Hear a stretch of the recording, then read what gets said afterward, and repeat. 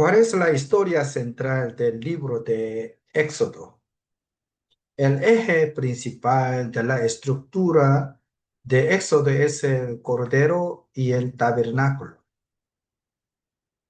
En la primera parte, Éxodo capítulo 1 al 18, Dios salvó a su pueblo por medio del Cordero. Y en la segunda parte, Éxodo capítulo 19 al 40, les dio el pacto y el tabernáculo. Esto significa que el propósito de la salvación y el propósito de dar la ley y el tabernáculo son el mismo. ¿Cuál es el significado del tabernáculo en Éxodo? Primero, el Cordero de la Pascua prefigura la cruz de Jesucristo. Desde la perspectiva del tabernáculo, este fue dado como señal del pacto. El pacto está relacionado con la ley. Y por eso, la razón por la cual Dios dio la ley puede entenderse a través del tabernáculo. Por medio de la ley, el ser humano reconoce su pecado y ese pecado es resuelto dentro del tabernáculo. ¿Por qué? El tabernáculo es el lugar donde se recibe el perdón de los pecados. En última instancia, Dios dio tabernáculo porque desea habitar con su pueblo. El tabernáculo explica la presencia de Dios, por eso el tabernáculo apunta a Jesucristo.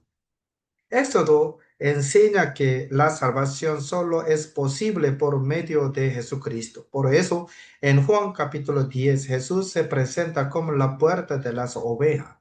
Esto significa que no hay salvación fuera de Él.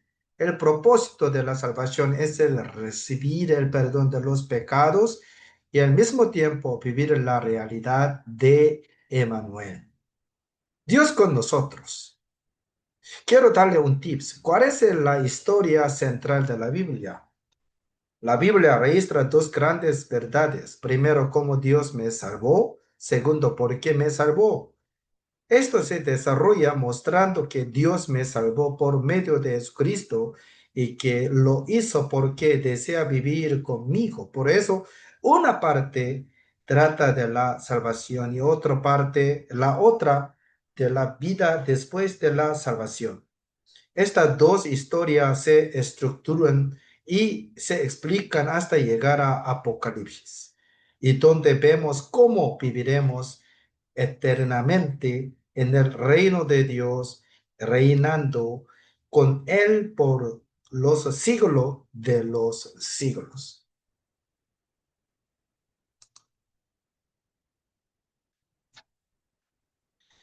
¿Qué presenta el proceso del Éxodo? Primera, la liberación de la esclavitud del pecado, una ilustración de la salvación. Segundo, ¿por medio de quién? Por medio de Moisés, quien es una figura que prefigura a Jesucristo. Tercera, la salvación es únicamente por la sangre de Jesucristo. Representa por el Cordero Pascual. Cuarto, el nacimiento de la iglesia. Y véase Hechos capítulo 7 38 y 1 Corintios capítulo 10 1 a 4, el resultado de la salvación. En otras palabras, en Éxodo tiene como propósito explicar la salvación del pecado. Moisés, quien conduce al pueblo fuera de Egipto, prefigura a Jesucristo mediante quien Dios concede la salvación. El Cordero de la Pascua explica el medio de esa salvación, y el resultado de la salvación es la formación del pueblo de Dios, es decir, la iglesia. Por lo tanto, quien ha sido salvado llega a formar parte de la iglesia de Dios. En la iglesia, Jesucristo es la cabeza y nosotros somos su cuerpo. Este es el resultado de la salvación.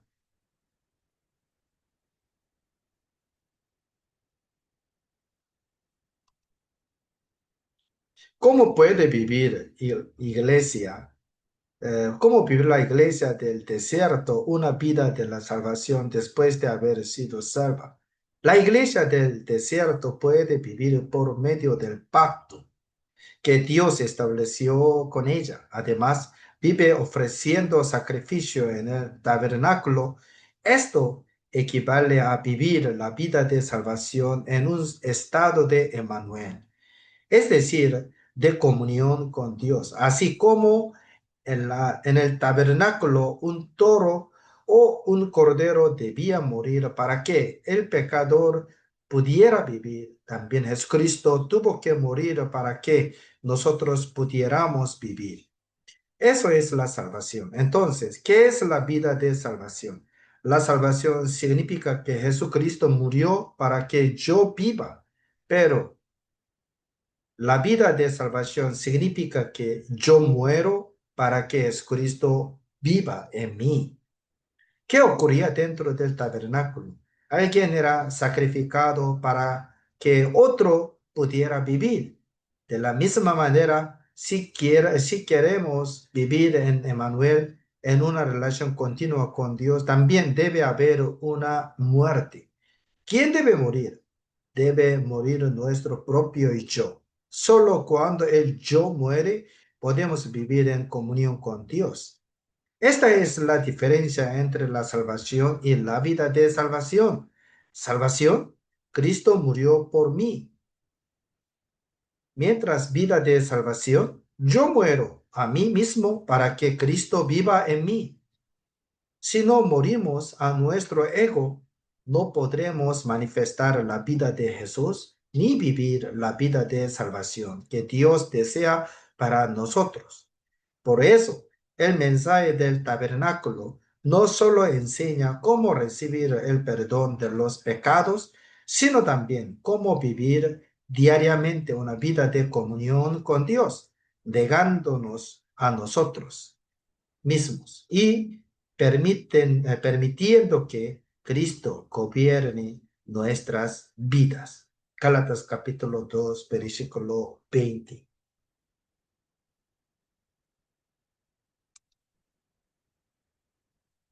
¿Cómo se expresa la historia de la redención en el libro de Éxodo? El primer libro escrito dentro del Pentateuco no fue Génesis. Éxodo, Levítico, Número y Deuteronomio describen acontecimientos que ocurrieron durante la época de Moisés. Sin embargo, Génesis registra hechos que habían sucedido muchos antes. Por esta razón, Moisés necesitó escribir Génesis. A través de Pentateuco debía explicar quién es el Dios que había salvado a Israel. Para comprender la obra redentora de Dios en el Éxodo, era necesario conocer primero el origen de la humanidad, la entrada del pecado en el mundo y las promesas de salvación que Dios había dado desde el principio. Desde la perspectiva de la historia de la redención, el Evangelio aparece en manera tenue y desde el momento en que Dios visitó a Adán y Eva con túnica de pieles. Y aquellas túnicas implicaban el sacrificio de una víctima inocente para cubrir la vergüenza del pecador, anticipando así la obra de Cristo. Posteriormente, esta línea redentora se hace más clara en los sacrificios de Abel. En el arca de Noé, en la promesa dada a Abraham y en el sacrificio sustitutorio del carnero en lugar de Isaac. Finalmente, en el libro de Éxodo, la historia de la redención se revela de manera inequívoca a través del Cordero Pascual. La sangre de cordero aplicada en los dinteles de la puerta libró a Israel del juicio de Dios y señaló proféticamente a Jesucristo y verdadero Cordero de Dios. Por tanto, La línea de la redención que comenzó de forma velada con la túnica de piel en el Edén alcanza una revelación clara y poderosa en el Cordero de la Pascua. Esto, Cordero, apunta directamente a Jesucristo, cuya sangre trae la liberación definitiva del pecado de la muerte.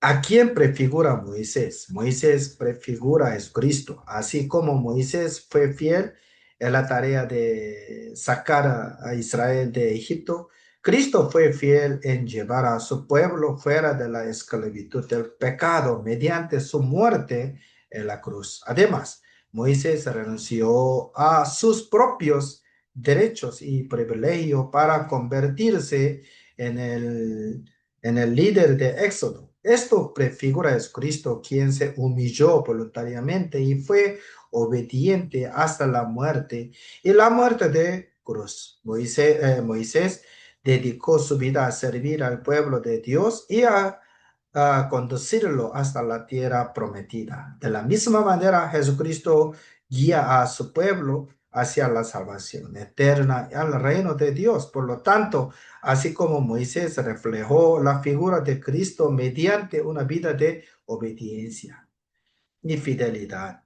Y también los creyentes están llamados a vivir de tal manera que manifiesten a Cristo al mundo.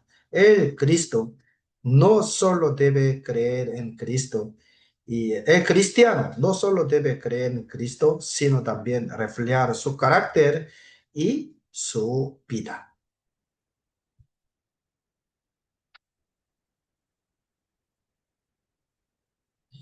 ¿Qué explica los 10 plagas de Moisés? Las 10 plagas de Moisés explican el método de la salvación de Dios. En el libro de Génesis, Dios ya había mostrado de manera anticipada y progresiva cómo salvaría a su pueblo mediante Jesucristo. La vestidura de piel para Adán y Eva muestran que alguien debía morir para cubrir el pecado. El sacrificio del Cordero de Abel revela el principio de sacrificio sustitutorio. Y el arca de Noé presenta la salvación por medio de la gracia de Dios.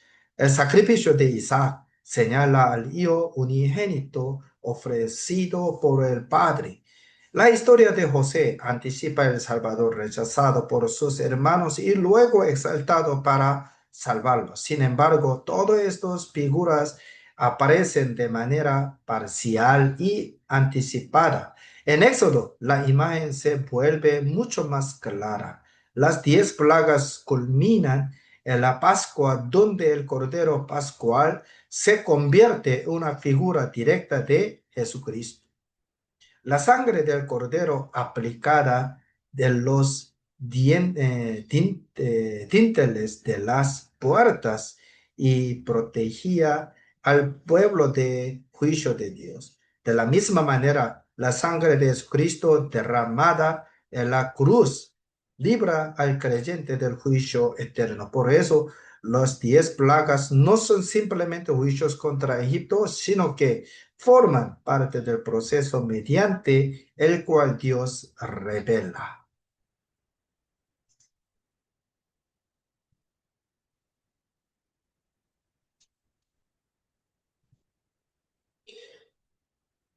El éxodo del pacto de Sinaí. ¿Qué simboliza el éxodo? El éxodo simboliza el Cordero Pascual. La salvación ocurre por medio del sacrificio del Cordero. El centro de la salvación consiste en la muerte y la resurrección de Jesucristo. La salida de Israel de Egipto no fue simplemente una liberación política o social. Desde la perspectiva de la historia de la redención, representa la liberación del ser humano de la esclavitud del pecado por medio de Cristo. El Cordero Pascual señala directamente a Jesucristo, así como la sangre del cordero protegió a los israelitas de juicio de Dios. La sangre de Cristo salva a los creyentes del juicio eterno. El acontecimiento del Mar Rojo simboliza una nueva vida. Israel dejó atrás definitivamente la esclavitud de Egipto y comenzó una nueva existencia como pueblo de Dios. De la misma manera, el creyente abandona su antigua vida de pecado para vivir por la vida de Cristo. Después de la redención viene el pacto de Sinai y Dios entregó su ley al pueblo que ya había sido salvada. Y esto es importante porque la ley no fue dada para obtener la salvación, sino para enseñar cómo debe vivir un pueblo que ya ha sido redimido. Por lo tanto, el orden de la historia de la redención en Éxodo es el siguiente. Primera, la sangre del Cordero Pascual, también el cruce del Mar Rojo y también el pacto de Sinai y también la presencia de Dios en medio de su pueblo. Y en resumen, el Éxodo enseña que la salvación se recibe únicamente por medio de Jesucristo, el verdadero Cordero Pascual. El Mar Rojo muestra la nueva vida del creyente y el pacto de Sinaí revela cómo debe vivir el pueblo que ha sido salvado por la gracia de Dios.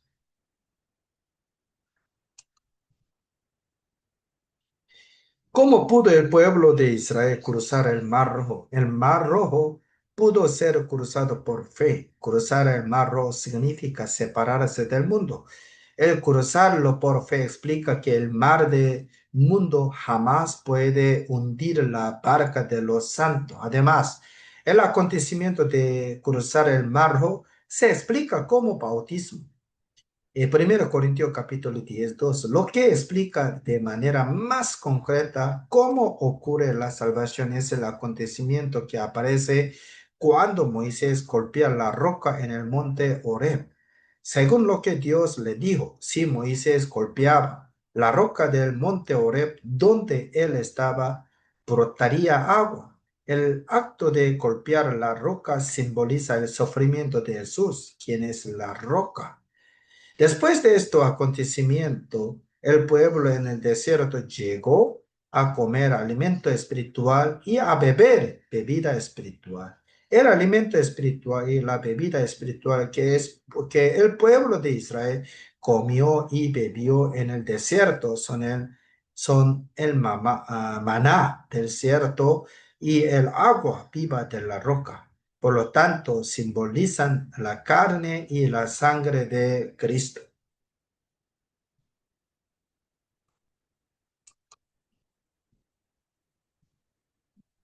¿Cuál es el núcleo del pacto del monte Sinaí? El pueblo salvado, el que cruzó el mar rojo por medio de la sangre de Cordero Pascual y probó el maná del cielo y el agua viva, debía vivir según el pacto del monte Sinaí. Es decir, el pacto de Sinai es la norma de vida de los redimidos. La salvación es dada por la gracia incondicional de Dios. La ley entregada en el monte Sinai es la manera en que Israel, ya salvado, debía vivir como pueblo de Dios. Entonces, ¿cómo se puede guardar la ley de Dios? Los mandamientos solo pueden guardarse cuando Emmanuel Jesucristo, quien es la realidad del pacto, vive en mí. Cristo es el fin de la ley y el amor es el cumplimiento de la ley. Es decir, quien ha sido salvado por la gracia de Jesucristo debe morir al pecado y vivir por Jesucristo, quien habita en él. Quiero darle un tips. ¿Cuál es la nuestra manera de vivir? El hecho de que yo haya sido salvado y viva como cristiano no significa que viva perfectamente limpio en el mundo. En mí hay muchos pecados impuros, pero vivo habiendo recuperado mi identidad perdida y habiendo recibido el perdón del Señor. Si alguien puede perdonar a otros en la medida en que siente que ha sido perdonado, esa persona es verdaderamente como un valiente. Valiente significa una persona que perdona y ama. Jesucristo, la descendencia de la mujer en Génesis, salvó a su pueblo como el Cordero Pascual en Éxodo para hacerlos vivir con una nueva manera de vida. Esa vida consiste en vivir como valientes del reino de los cielos y perdonando, amando y bendiciendo a los demás.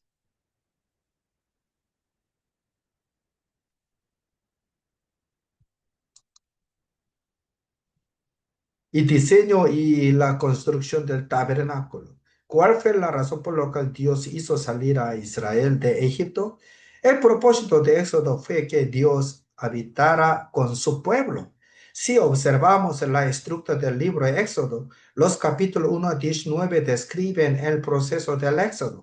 El capítulo 19 relata la entrega del pacto. Hasta el capítulo 24 se desarrolla el tema del pacto y de los capítulos 25 al 40 se presenta la historia del tabernáculo.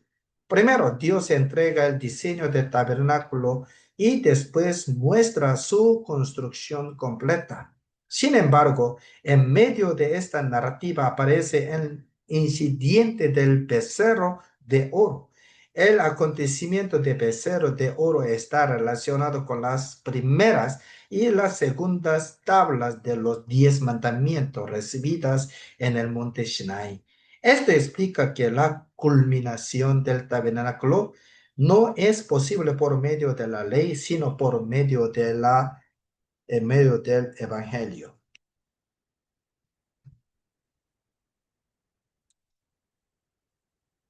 ¿Por qué tabernáculo es el modelo de evangelio? El diseño del tabernáculo se asemeja mucho al modelo del evangelio. Por medio de la ley podemos reconocer el pecado. Podemos reconocer el pecado. Cuando el pecador que ha reconocido su pecado trae una ofrenda y transfiere su culpa a ella, sus pecados son perdonados. Los sacrificios debían realizarse únicamente dentro del tabernáculo. Incluso el cordero tenía que ser sacrificado dentro del atrio del tabernáculo.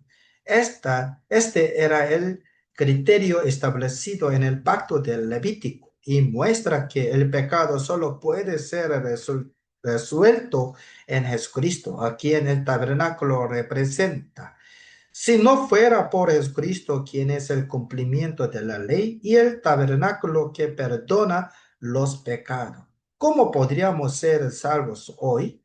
¿Por qué se registra el incidente del becerro de oro en medio de la construcción del tabernáculo? Entre el diseño y la construcción del tabernáculo se encuentra el relato del becerro de oro. Esto significa que incluso durante el proceso de construcción del tabernáculo es posible la ausencia de Jehová. Es decir, es posible que todavía llevemos un becerro de oro dentro de nosotros. Aunque el tabernáculo fue diseñado, la ley por sí sola, el simple plano del tabernáculo no puede producir el tabernáculo real. Este acontecimiento muestra que sin que la ley revela nuestro pecado y sin la obra del Espíritu Santo de Dios, por medio de la cual Jesucristo, quien vino como el Evangelio, entra en nosotros, el tabernáculo, es decir, el verdadero templo no puede ser edificado. Nosotros creemos en Jesucristo y deseamos vivir la vida de la salvación. Sin embargo, muchas veces no logramos entrar plenamente en esa vida porque existe una barrera que nos lo impide. Dios dice que destruirá esa barrera por medio de su palabra. Esa barrera son mis propios pensamientos, mi conocimiento, mi terquedad, mi ego, la ley que llevo dentro de mí y mis propios criterios.